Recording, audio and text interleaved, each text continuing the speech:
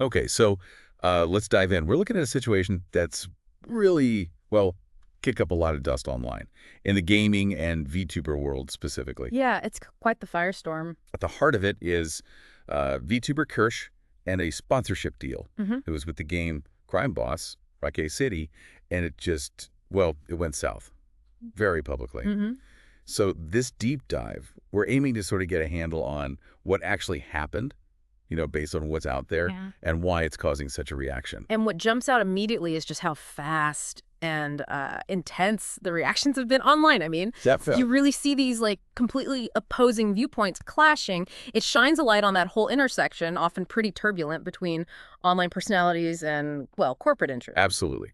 So the core issue seems to be this. Kirsch, who clearly has a significant and very dedicated fan base. Right. She had her sponsorship with Crime Boss, Rockay City terminated, Mm. pulled. And this happened after accusations started surfacing. We're talking bigotry, alignment with some pretty extreme rhetoric. These gained a lot of traction, especially on places like Reddit. And those Reddit threads, they weren't just making vague claims, were they? They pointed to some very specific things. Exactly. Things we're looking at. We're talking about posts with body cam stills, 2 Black Americans killed by police. Mm-hmm. There was a retweet of what people identified as Nazi imagery, apparently from a fan account. Okay. And Kirsch even called herself the Alex Jones of VTubers on her Twitch stream. Plus, accusations about pushing great replacement theory points. Which, for anyone listening who doesn't know, is a really divisive and, frankly, harmful nationalist idea. Right, so these are really serious allegations. They touch on super sensitive social political themes. Mm-hmm. It's kind of understandable they'd provoke strong reactions, Totally. It makes sense. Now, the game itself, Crime Boss, Rockay City, it's sort of caught in the crossfire here. Yeah. It had a bit of a rough launch, didn't it? Some critics were pretty harsh. Worst game ever territory for some. Oof. Yeah, I remember that. But to be fair, the devs have been working on it. Lots of updates. The recent Steam release, Update 9.0, seems to have actually improved opinions a bit. Right, they're trying to turn it around. It's a roguelite shooter, get that 90s crime movie vibe. Think more Pulp Fiction maybe, less heat. That's a good comparison. And the fact the game's been on this kind of redemption arc itself, it makes the timing of this controversy interesting. How so? Well, both the game and Kirsche are, in a way, dealing with public perception, trying to manage their narratives. It's an odd parallel. Huh. That's actually a really interesting point. And the timeline here feels important, too. Mm. Kirsche had this other collab with GamerSupps Right. that started about a month before this blew up. And apparently some other creators started distancing themselves from GamerSupps maybe 3 weeks in. Okay, so there were ripples earlier. Yeah. But it seems like it really gained steam when another VTuber, Joe Cat, commented publicly. Ah, okay. That tracks. Sometimes it takes a bigger voice. And then pretty soon after that, the Crimebot developers announced they were ending the sponsorship with Kirsche. Right. And that's the flashpoint, isn't it? Because some people feel Kirsche really helped the game's visibility, maybe even sales, especially with that new Steam launch. And that definitely raises questions, doesn't it, about, how companies vet influencers, the risks involved, especially when someone's online persona comes under fire like this. Exactly. And the fallout? Well, it's been loud. Reports from Reddit, Steam forums. It sounds like some of Kirsche's fans, maybe some mutuals too, are not happy. Understandable from their perspective. And they're showing it. Some talk of leaving negative reviews for Crime Boss on Steam. That kind of reaction, it really shows how strong those creator-audience bonds can be, almost parasocial, right? Leads to intense loyalty, defending the creator, sometimes no matter what. Okay, let's dig a bit deeper into the actual accusations against Kirsche. Reddit seems to be the main source for a lot of this. So beyond the points we mentioned, like the retweet and the Alex Jones comment, there are claims she supported alt-right and Nazi talking points. Right, serious stuff. And then there's this really debated part about her discussing someone calling a child the N-word. Ah, yes. The Shiloh Hendrix fundraiser situation. Exactly. Sportskeeter reported on it. Rev Says Disu did a YouTube video. Yeah, that seems key. According to Sportskeeda, Kirsche did say explicitly that calling a child that word is not okay.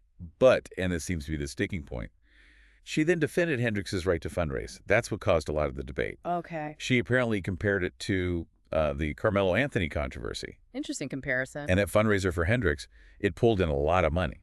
like over $600,000. Wow. So Kirsche's argument, it seems, was maybe about separating the controversial act from the person's right to, well, seek support. Seems like it. It definitely Yep. touches on complex stuff. Online fundraising, forgiveness, consequences. Yeah, definitely tricky territory.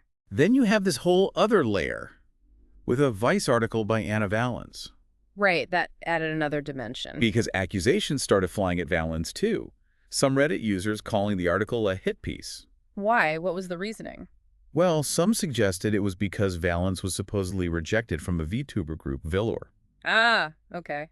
A potential motive being alleged. And some brought up past online writings by Valens, described as societal, non-consensual breeding fantasy fiction. Okay, so counter allegations against the journalist, that definitely complicates the narrative. Totally. Yeah. It sort of shifts focus, raises questions about bias in the reporting itself. Right, a whole subplot, yeah. And we should mention Kirsche's own response. She put out an image on Twitter X, right, which Yeah. got shared around. Seen on the virtual YouTubers subreddit. Seemed like she felt she was being misrepresented, maybe unfairly targeted. Which is a pretty standard response in these kinds of online pile-ons, isn't it? Try to regain control, suggest things are out of context. And that's exactly the split you see in the Reddit threads. Some are absolutely convinced she's aligned with extremist views, using terms like Nazi, talking about the Great Replacement theory. While others are pushing back hard. Just as hard, saying her words are twisted, taken out of context deliberately. There's even debate about what Nazi even means in this online context, the role of dog whistles. Yeah, the language is so charged. Nazi carries huge weight.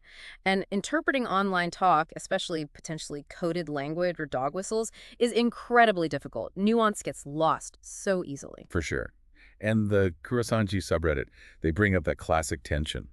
Freedom of speech versus, well, freedom from consequences. That's often the crux of it, right? You can say a lot, but it doesn't mean you're immune to professional or social fallout, especially if people see your words as harmful. Okay, let's pivot to the developer side. Why did they drop Kirsche? Well, the obvious guess, and what's discussed on the Crime Boss Games subreddit, is likely fear of backlash. PR, basically. Yeah. Associating with someone facing these kinds of serious bigotry accusations, that's risky for any brand. Distancing themselves is often the default PR move to protect the image. Makes sense from a business perspective, I guess. Reputation is huge. Absolutely. Boycotts, bad press. Yeah. It can really damage the bottom line. There was also that really strong comment on the Crime Boss GameSupps. Someone suggesting the devs basically bought into slander written by a person who literally wants rape camps to be billed IRL. Whoa. Okay, so that's referencing the allegations against the Vice author again. Yeah. It just shows what a difficult spot companies are in. They're hit with accusations, counter-accusations. Trying to figure out the truth and make the least risky decision is a massive challenge. And predictably, the decision itself had consequences. Some people, like on the Gaming Junk sub, think Crime Boss might actually suffer now without Kirsche promoting it. Yeah, they're arguing she had a real influence, especially in her niche. Which highlights how much sway some VTubers seem to have. Well, the actual impact of one influencer is always debatable, right? But yeah, within specific communities, a big name-dropping or promoting a game can definitely move the needle, at least short-term. Which brings us nicely to the fan reactions and the Streisand effect. Ah, yes, the classic backfire. As mentioned on Gaming and Jerk and Kurosanji subs, the decision to drop Kirsche really anchored some fans. Talk of review bombing the game on Steam started popping up. And that's the Streisand effect in action, isn't it? Trying to suppress the controversy or distance from it just ends up amplifying it, drawing more eyes to the whole situation. You even see it on the Steam forums. Some users just dismissing it all, telling people to just play the game, saying anyone discussing it has no life. A real split in the community, then. Totally. Reflects those broader arguments about how we handle online stuff, right? Should someone's online conduct affect their professional life? Exactly. No easy consensus there. But then on the flip side, over on the Crime Boss game sub, you see people saying they'll support the devs more now, precisely because they dropped Kirsche. So it cuts both ways. Companies making these calls often alienate one group while pleasing another. It's a balancing act, and someone's always going to be unhappy. Definitely no easy win. Now, just for a bit more context, this isn't exactly the first controversy in the VTuber space, is it? Not at all. The sources mention others, like allegations around Pippa, the Cinder drama. It shows this kind of thing isn't unique to Kirsche. It's part of the landscape, maybe. Seems like it. Even though VTubing often seems lighthearted, It's still online content creation, prone to the same dramas as anywhere else online. The Wikipedia article we looked at even mentioned Anycolor, the big VTuber agency. Oh, yeah. They set up a specific team, an aggressive acts and slander countermeasure team. Wow. Okay, so it's a recognized industry problem then. Online harassment is that prevalent. Apparently so. And that same article highlighted how the VTuber industry is getting more professional, more corporate. Which probably influences how these things are handled, right? Bigger stakes mean companies are likely quicker to try and manage risk, protect the brand. Makes sense. Okay, one last point. Kirsche herself. How's she doing through all this? Well, there was one comment on Reddit suggesting she's kind of moved on, doesn't seem too affected outwardly, still streaming, engaging online. Right. Which could be true, or it could just be maintaining appearances.